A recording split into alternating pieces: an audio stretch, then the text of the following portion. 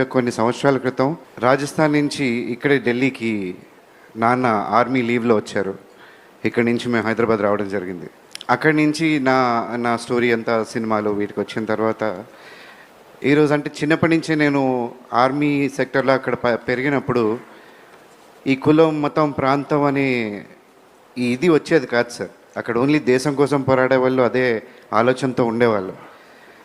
ఈరోజు నేను జనసేన తరపు నుంచి తెలంగాణలో మాట్లాడుతుంటే వీడు ఎక్కడ పుట్టాడు, అక్కడ పుట్టాడా, ఇక్కడ పుట్టాడా కన్ఫ్యూజన్లో చాలామంది ఉన్నారు.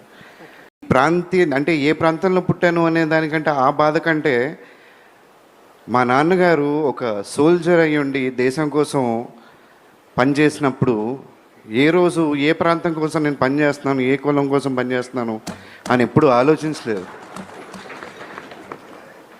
ఈరోజు ఆ మాటలన్నీ ఒక సైనికుడి కొడుగ్గా, సోల్జర్ కొడుగ్గా వింటుంటే చాలా బాధేస్తుంది.